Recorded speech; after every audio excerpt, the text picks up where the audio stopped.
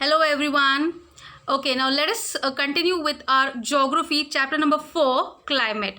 In our previous video or the first video of this chapter, we have dealt with the meaning of climate and weather, as well as difference between both of them, and how both of them they change according as we move from one place to another, or how they change from season to season. Okay, in this video we are going to deal with the elements, 6 elements which controls the climate and also the mechanism of monsoon in detail.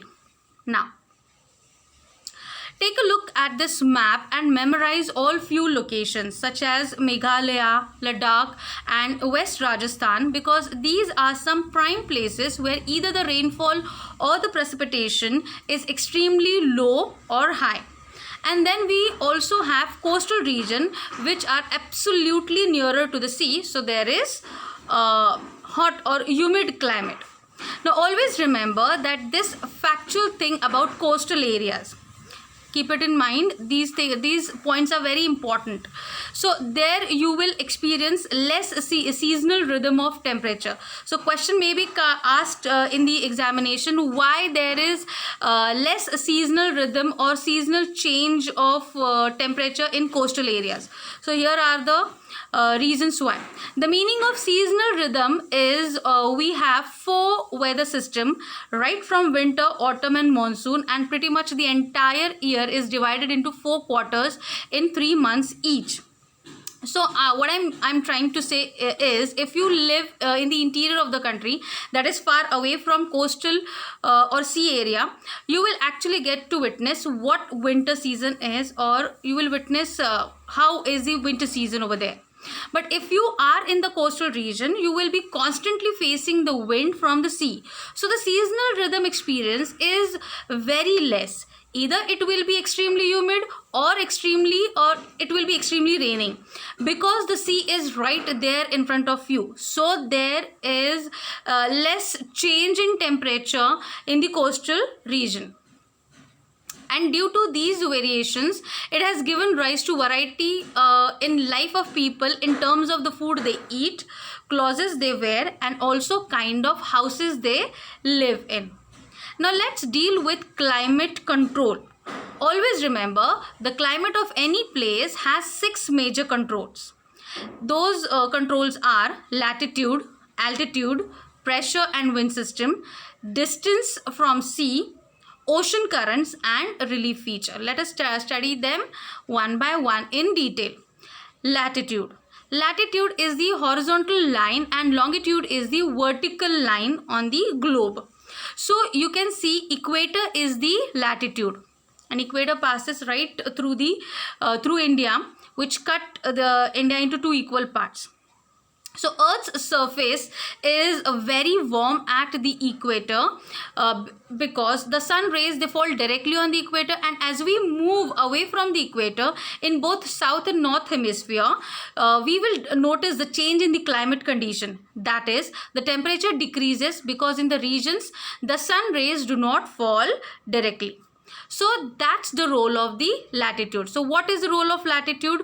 Where the latitude is equator, where is the equator, the sun rays, they fall directly over there, and the part where the sun the part of the earth where sun rays, they fall directly, there is extremely hot climate. And as you move away from equator towards the north or towards the south, there you will find the change in the climate, because the temperature starts falling down gradually, and there you will find less hot climate over there.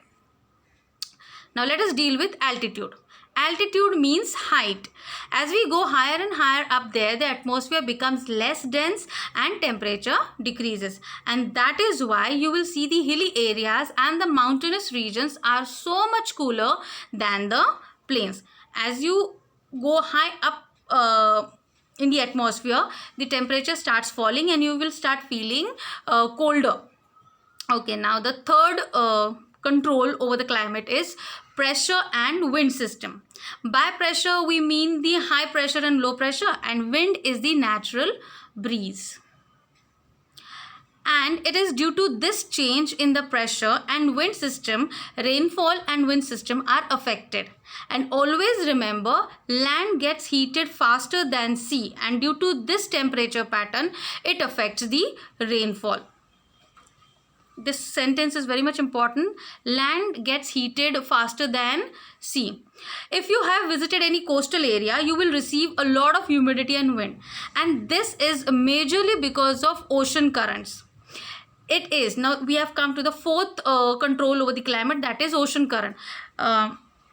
It is because of these sea water tide and waves, they constantly come towards the shore and bring along a lot of breeze and wind. And because of this continuous flow of wind affects the climate of the coastal area. Further, by relief, now the last control is relief feature. By relief, we mean the plateaus, mountains, etc. that we have studied earlier. So these physical barriers also play a major role because these high mountains act as a barrier for cold or hot climate or hot wind.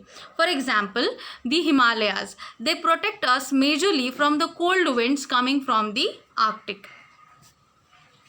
Now let us concentrate on the Indian monsoon. The Indian monsoon, the climate of India is strongly influenced by monsoon winds. The monsoons are experienced in the tropical area roughly between 20 degree north and 20 degree south. So this region, that is 20 degree north and 20 degree south, is called the tropical region. And here the sun rays fall directly on the surface of the earth. Because after 20 degree north, Tropic of Cancer starts, and after 20 degrees south, Tropic of Capricorn starts, and that region is called subtropical region. That means equator from 0 degree to 20 degree north or 0 degree to 20 degrees south, that area is called tropical region. And as you move ahead 20 degree north and 20 degrees south, from there onward starts the subtropical region. So if you observe, Tropic of Cancer passes exactly in between or over the middle part of the of our country, and it divides India into two equal parts. So below Tropic of Cancer, we have tropical region, that is peninsular part of India falls under the tropical region, and the upper part of the Indian continent, it falls in the subtropical region. So about the monsoon, we have to understand few mechanism. In the initial part of this video, I have told you that we are going to study which mechanisms, the mechanisms which tells us the details of monsoons, how monsoon it works. So they are, number one, the different heating and cooling of land and water. I told you to remember this line. The different heating and cooling of land and water. Land heats up faster than water, and because of this heating and cooling, it creates a low pressure on the landmass of India and the sea areas around us, that is the Arabian Sea and the Bay of Bengal. They will have high temperature. And always remember, the wind moves from high pressure to low pressure. What is the direction of wind? It moves from high pressure to low pressure. That is, so when the low pressure is happening on the landmass, the air moves from high pressure, that is the sea area, towards the land area, and this causes rainfall. And this is the monsoon wind, which carries lot of moisture with it. Now, second mechanism of monsoon is the shift of the position of intertropical convergence zone, that is ITCZ. This zone is low pressure zone, which moves from the equator to the subtropical region, and again it comes back. The third mechanism is the presence of the high pressure area, that is east of Madagascar. Now Madagascar is near the Indian Ocean and towards the eastern side of Africa. So this landmass and that too it falls under tropical region, completely falls under tropical region. So this landmass gets heated very fast, and due to the heating of this landmass, it affects the monsoon of a country. Because if you see it strategically, it lies in the path of this southwestern winds, which is also the monsoon wind for us. So the rainfall which we receive in the month of June, it comes from the Madagascar part.